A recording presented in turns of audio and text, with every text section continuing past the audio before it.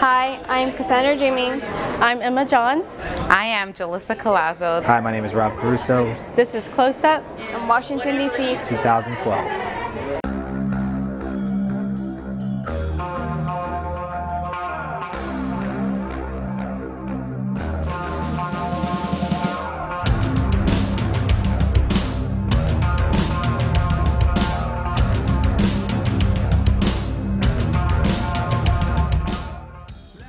Close Up has partnered with USET so that we have a program that is all week long that we use Washington, D.C. as a classroom to teach the students about how to become civically engaged and to become leaders in their tribes. It's an opportunity to not only allow our students to get to know kids from other tribes, but it's also allow them to get an upfront, close and personal look at government and how government and decisions that are made impact their tribe and all the tribes across the nation. Getting the kids is quite simple to participate. Normally they really want to do this. It's a great experience for them. Really teaches them how to interact with their peers and become more part of their tribe and become future leaders. You know, they have to meet the expectations of the education department as far as their grades and absences. This is the first year that we have, we're representing our Seminole Youth Council here, so it's that we find our kids more passionate to be here, and also gives them a closer look on what's really going on in our country, and they could take that back home. How many of you feel like you have a responsibility to your people?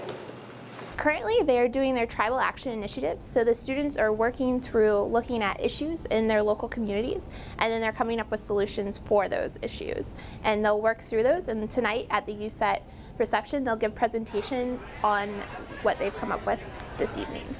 I think my favorite part of this is seeing the students let their passion for their tribe and their people shine. Tonight we've seen a few different community action plans that are so significant and really hit home, and the students are speaking about it with great passion to members of other tribes and to members of their own tribe. Well, we have where you take a drug test in order to get your dividend, and if you fail it, then you are suspended from your dividend for a certain amount of time until your next drug test. And then if you fail your second drug test, then you are suspended for 3 months. After every time you fail a drug test, you have to do 10 hours of community service. And then after your third time you fail a drug test, you have either your choice of 100 hours of community service, or you can either go to rehab. Under this system, after you failed 4 consecutive drug tests, you are no longer eligible for your dividend for a year. They should even educate about birth control. They should teach it girls and guys. Guys should learn it too, especially because right now I don't think that they would want to become a father at a very young age.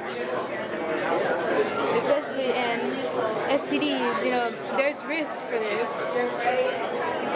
You know, whenever you're about to give birth, I don't think you want your child being born with diseases and then passing it on to the next generation.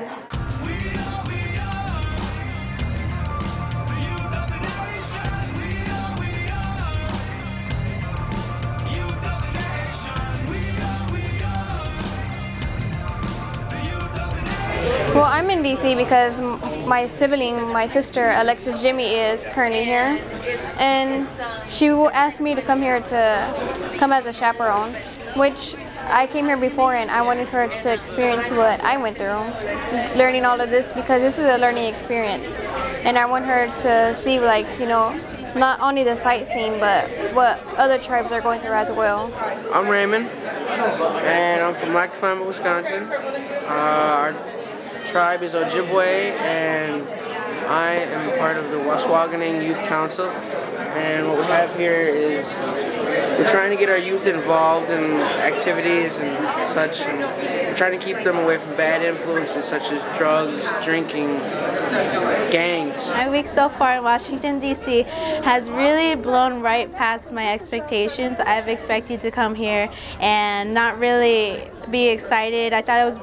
To be honest, I thought it was going to be kind of boring, but I came here and I realized that it strengthens my leadership skills, my speech skills, and it made me like interact with my peers more better. And then they'll also go to the famous monuments and memorials in DC and use that as a jumping off point to talk about the history and seeing how it relates to the federal government's relationship with American Indian tribes. We're at the Jefferson Memorial and we're learning about the different parts of discovery and how they discovered land and what was his impact on the Native Americans and how he treated us. We look forward to the council members that are going to be able to show up and join the students to hear about the initiatives that the students want to take back into their communities and implement.